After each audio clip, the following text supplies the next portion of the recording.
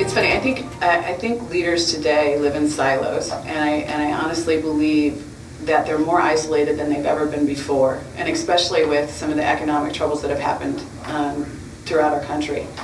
And there's more people living in poverty than we know. There's more people that are either very wealthy or very poor. I think one of the dialogues I'd like to have is probably around poverty and around people that are suffering as a result of some of the decisions that we've made.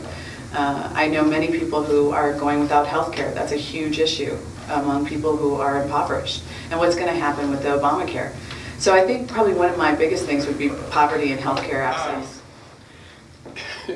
The number one issue for me, nationally, and an issue that has never been resolved, is the issue of race. We nibble around the edges of it. We talk about the post-racial America. There is an African-American president. There are Latino senators. There's a governor from India. But it really never gets to the heart of the issue.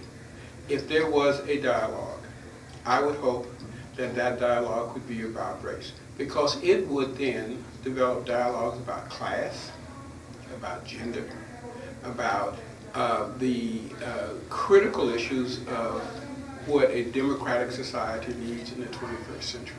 And I think that, for me, begins with a dialogue about race. Everyone I know is frustrated with what's going on in Washington now. Years ago, it's my understanding that our legislators spent more time in Washington and actually had relationships with people on the other side of the aisle.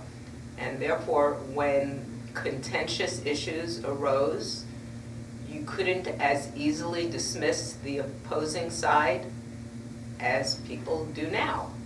And I'm seeing a lot of demonizing of the other side and not a lot of careful listening and figuring out how to move forward.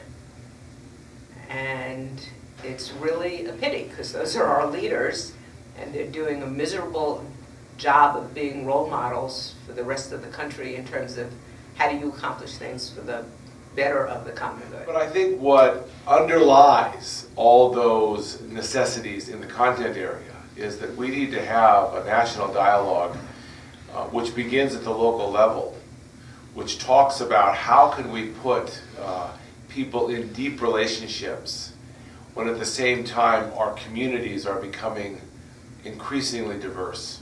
So Silicon Valley is one of the most diverse places in the history of the world. Right? And the challenge around diversity is that people don't naturally develop deep relationships with people who don't look like them and don't share a common life experience.